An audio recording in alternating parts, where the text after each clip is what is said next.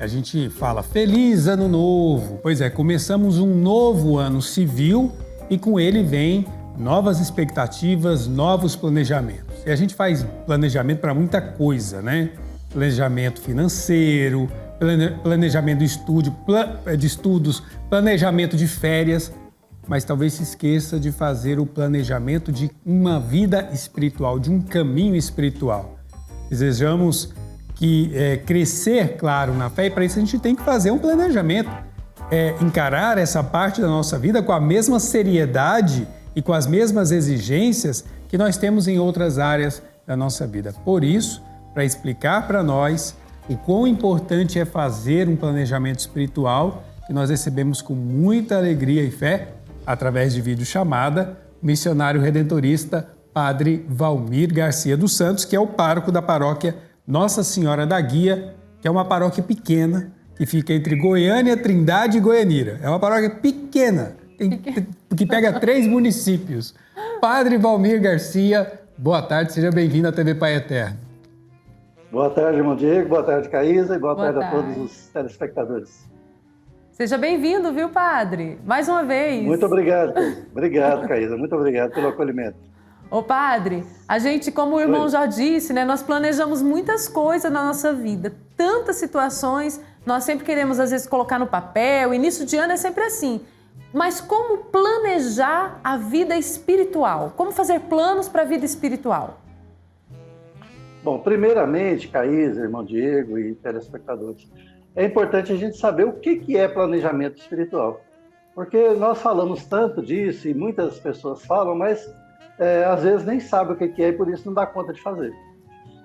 Primeiro lugar, planejamento espiritual é um guia. É um guia que você vai fazer na sua vida com praticidade. É um guia prático, podemos dizer assim. Para quem quer vivenciar, veja bem a palavra, vivenciar um ano novo na presença de Deus. Porque nós falamos isso sempre, né? Que Deus abençoe o nosso ano, que seja um ano cheio de bênçãos. Mas como que é desejar sem vivenciar isso? Então é um guia prático para nós desejarmos realmente viver esse ano na presença de Deus. Para cada mês, para cada dia ou para cada atividade, a gente planeja, estabelece metas, roteiros, principalmente de orações, reflexões, leitura da palavra de Deus, isso aí para o maior crescimento espiritual, o maior crescimento junto de Deus. Então isso ajuda a gente a viver melhor e alimentar a espiritualidade na nossa vida. Certo? Agora, Padre, interessante porque a gente fala de planejamento, eu gosto sempre de comparar com as outras áreas da vida que a gente costuma organizar. Nem todo mundo, né? Mas, por exemplo, planejamento financeiro.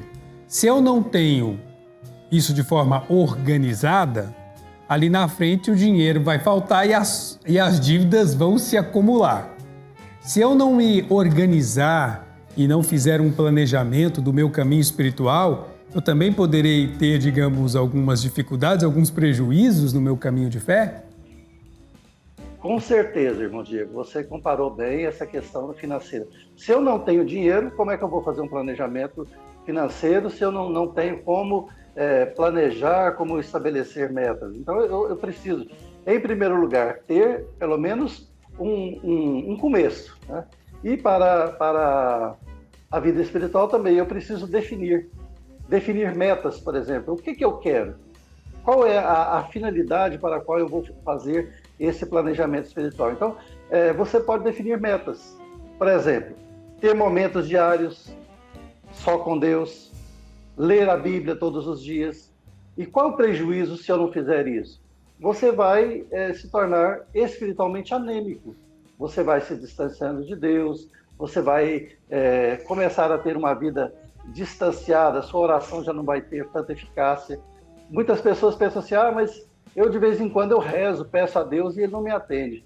Mas se você não tem uma intimidade com Deus, se você não tem uma meta a ser alcançada, você não alimenta a sua espiritualidade, dificilmente você vai ter um vigor de fazer uma oração bem feita, uma oração que atinja o coração de Deus, podemos dizer assim. Ô Padre, tantas pessoas nos acompanhando, tem pessoas que estão aí numa caminhada de fé há bastante tempo, tem outras pessoas que não, que Tem pessoas que às vezes pensam assim, mas tem tanto tempo que eu não vou na igreja, eu queria retomar. Para todo mundo é válido, é necessário, para todo mundo é válido e é necessário fazer esse planejamento espiritual ou não? Eu já estou na caminhada, eu não preciso. Ou eu preciso, ou eu não vou fazer porque eu tô longe da igreja, faz muito tempo que eu não rezo. Ou todo mundo precisa? Olha, Caísa, eu penso o seguinte, que todos nós precisamos estabelecer metas na nossa vida e planejar a vida, seja ela espiritual, seja ela material. E por mais que eu esteja ligado à igreja, por mais que eu seja uma pessoa engajada dentro de uma caminhada de fé, dentro já de uma participação ativa, eu preciso estabelecer metas, porque senão eu caio na rotina. Uhum. E o grande mal, eu penso e observo isso nas nossas igrejas, e principalmente aqui na minha pequena, grande paróquia, né, irmão Diego? Não é tão pequena assim, uma imensa paróquia. Imensa. É uma imensa paróquia, né, com 20 comunidades. Eu fico olhando assim, participando e olhando as atividades das pessoas, eu vejo que muitos participam de um modo errado. Só vão à igreja e se esquecem de ser igreja. Só cumprem a tabela, cumprem o estabelecido, cumprem o mandamento e se esquecem de vivenciar a fé de um modo completo, global. Eu preciso de estabelecer metas para eu crescer.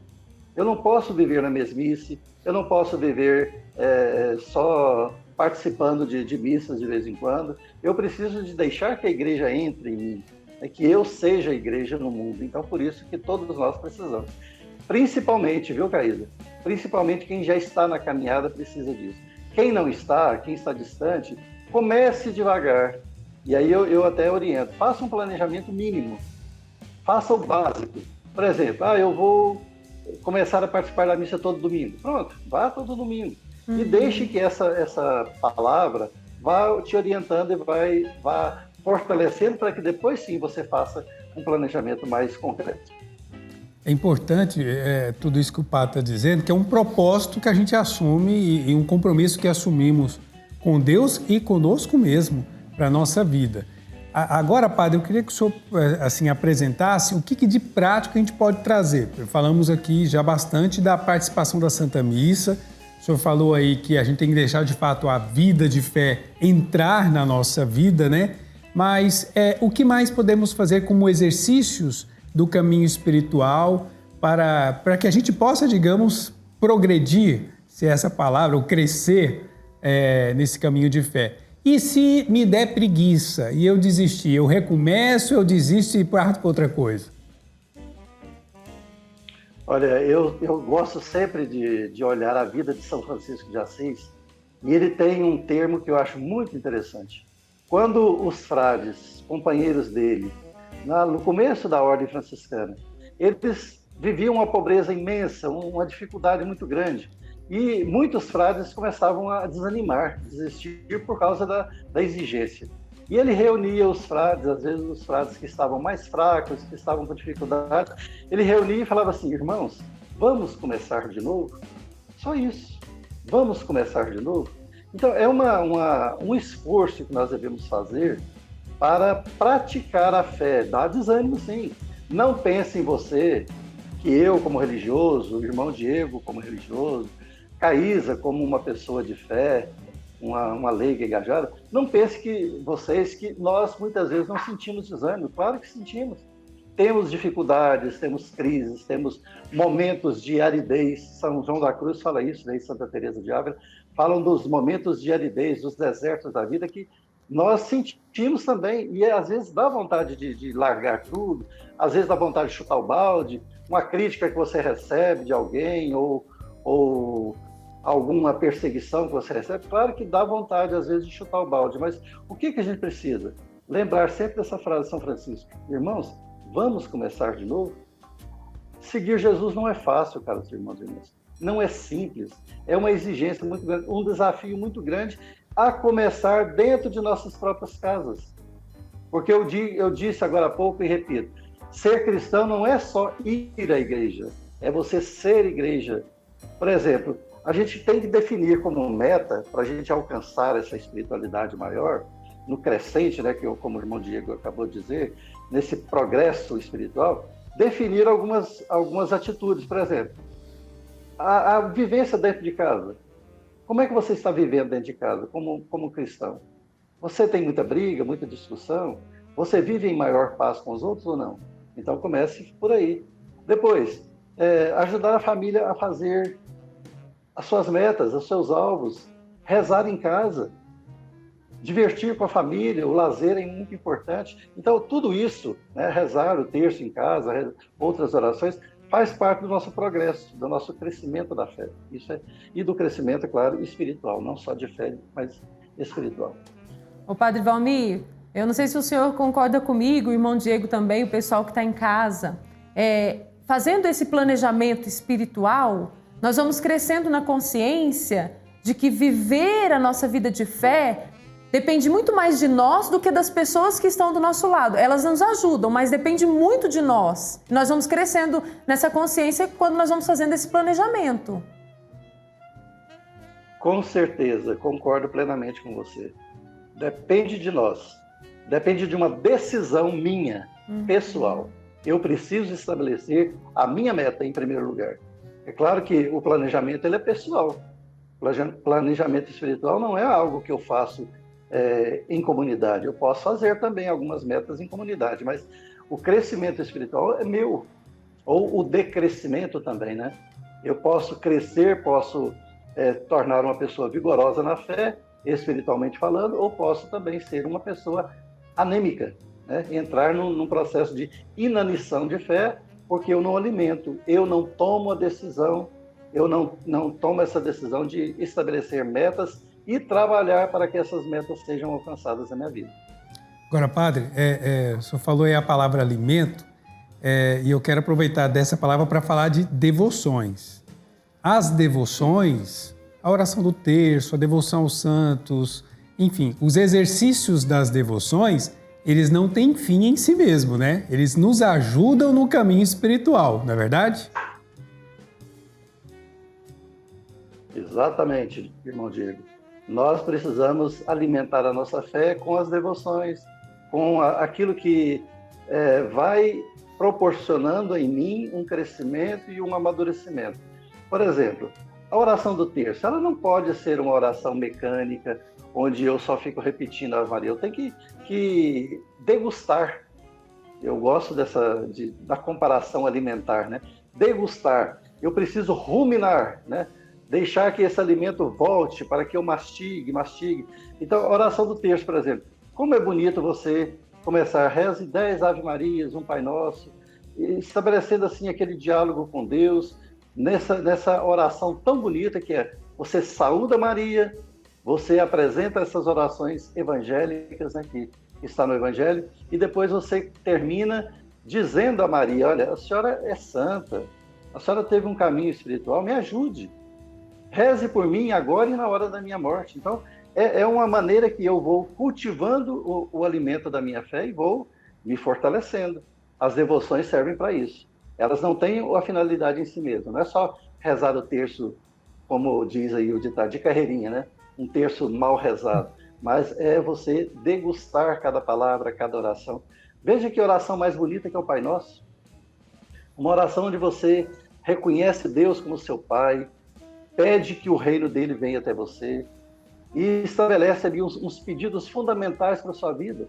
Então, é muito importante, caro irmão, cara irmã, que você deguste, faça da oração o alimento. E as devoções todas, o seu cultivo devocional aos santos, aos anjos, a devoção que você deve ter na busca dos sacramentos, né? Na participação da Eucaristia, tudo isso é importantíssimo para o nosso crescimento, para o nosso alimento da fé. Ô padre, quantas pessoas vivem às vezes situações que ao invés de elas quererem estar perto de Deus, elas acham que elas têm que se afastar, porque eu não sou digna não de cultivar tudo isso, de fazer um planejamento espiritual, porque eu não sou casada na igreja, como que eu vou fazer isso? Aí é que a gente tem que fazer, não é, padre? Porque nós vamos nos alimentando da graça de Deus, e aí podemos tomar as decisões que nós precisamos tomar na nossa vida. Quanto mais pecador, mais deve se aproximar de Deus. Isso mesmo. Eu gosto muito daquela expressão quando nós vamos receber a Eucaristia. Senhor, eu não sou digno de que entreis a minha morada, mas, veja bem o mas aí, mas dize uma palavra e eu serei salvo. Jesus veio, não foi para salvar santos não, gente. Infelizmente tem muitas associações e movimentos na igreja nos dias de hoje que estão procurando fazer uma purificação. Eu até olho muito essa questão do nazismo, lá quando estavam purificando as raças e queria somente a raça ariana como raça modelo do mundo. Nós, infelizmente, estamos fazendo isso na nossa igreja e em outras igrejas também, querendo que só haja santos dentro da igreja. A igreja não é para santo, gente. Santo não precisa da igreja mais não. É claro que eu estou falando, ninguém está excluindo santos e nem Jesus excluiu, mas ele veio para salvar os que estavam perdidos. Ele diz isso no Evangelho: eu vim para salvar os perdidos da casa de Israel. E não só do povo de Israel, mas de todos os povos. Ele veio para ser luz para as nações. Nós estamos ainda no tempo do Natal e estamos vendo essa expressão tão bonita de Isaías. O povo que andava nas trevas, ou seja, o povo pecador, viu uma grande luz. Uma luz brilhou para esse povo. Então, é para o pecador. Então, você que fala assim, eu não me considero digno de participar da igreja, aí que você deve participar. Esses dias uma pessoa me pediu uma orientação espiritual dizendo isso. Padre, eu não sou digno, eu não tenho como participar porque eu sou casado em segunda união, aliás, nem casado é na igreja, porque já foi casado e tal. Como é que eu posso participar da igreja? Eu falei, participe, vá à missa. Mas eu não posso comungar. Eu falei, existem outras formas de comunhão com Deus que não seja só a Eucaristia. Existe a palavra de Deus que você pode ler, existe a comunhão espiritual, existe a comunhão com os irmãos. Então, todos nós temos essa necessidade. E você, Caísa, apresentou bem. Muitas pessoas não se acham dignas, e aí sim que elas devem reconhecer que são dignas. O pai lá daquela parábola do pai misericordioso, que a gente chama de filho pródigo, é uma expressão muito bonita disso. O filho saiu, gastou os seus bens, viveu uma vida toda desregrada, mas voltou. E quando ele voltou, o que ele encontrou? Um pai de braços abertos que acolheu, correu ao encontro. Deus, ele respeita a nossa liberdade, mas ele adora, ele ama quando eu volto para ele, e ele não quer nem saber da minha justificativa. Ele não quis saber da história daquele filho. Ele acolheu, colocou um anel no dedo, sandália nos pés, uma túnica nova e mandou fazer festa. É assim que Deus age conosco. Padre, é interessante, enquanto o senhor falava, eu me lembrava daquela canção do Padre Zezinho, né? Eu preciso de Deus, eu preciso, tanto quanto eu preciso viver satisfeito. Então, acho que até uma meta de um planejamento espiritual deve ser isso. O meu encontro com Deus deve me deixar satisfeito e no sentido de me realizar nas minhas necessidades, né? Inclusive no meu serviço que eu ofereço aos meus irmãos e irmãs, né? Não deve ser um caminho que eu faço estéril. Ele tem que produzir frutos. Claro. E eu gosto sempre, quando eu atendo confissão, no momento do perdão, eu digo o seguinte, que esse perdão, essa volta para Deus, seja frutuoso, que você colha frutos para o seu crescimento, para o seu alimento espiritual.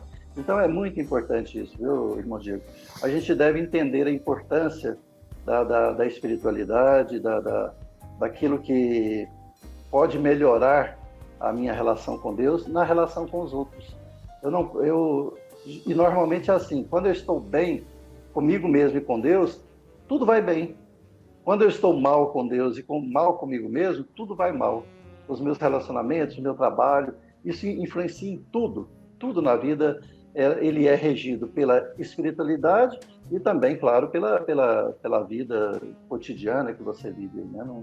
não pode prescindir dessas partes importantes da nossa vida.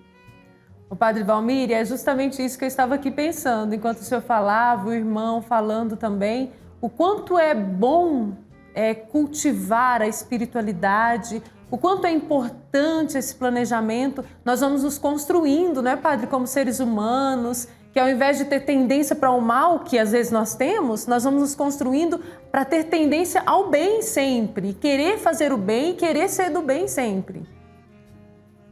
Exatamente. A nossa finalidade de vida é ser pessoa boa. Sim. Nós nascemos bons, né? Nós nascemos para o bem.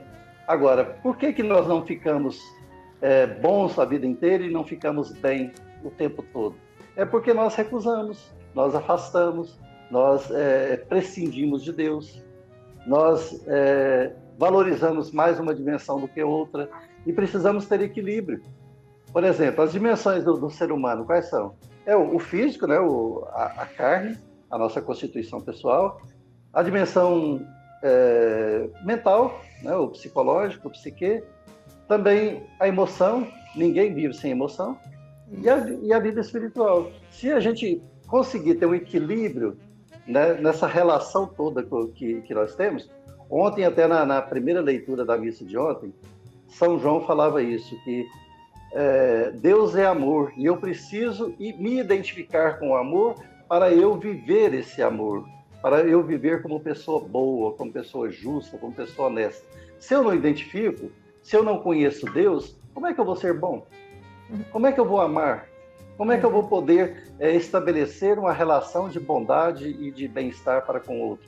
Se eu não faço isso comigo mesmo e se eu não tenho um pleno conhecimento daquele que é a essência do amor na minha vida. Este é o Padre Valmir Garcia, missionário redentorista, está aí falando muito bem, né, Caísa? Inteirinho. Sempre, sempre. Inteirinho, porque ele teve dodói, esteve doente aí. Bem doente, né? Bem doente, né? Infelizmente, passou pela Covid, sofreu um bocado, mas está aí inteiro. Graças a Deus. Forte na fé e na palavra, para poder nos ajudar a crescer na fé. Padre Valmir, muito obrigado por sua participação e por nos dar aí tantas dicas importantes para todos nós fazermos um planejamento espiritual para esse novo ano. Muito obrigado. Eu que agradeço, irmão Diego, agradeço, Caísa. Até a próxima, se Deus quiser. E muito obrigado pelo convite de estar aqui com vocês mais uma vez. E voltará mais vezes, né, Caísa? Com certeza. A casa está sempre aberta para acolher esse padre tão abençoado. Um abraço, viu, padre? Amém. Obrigado.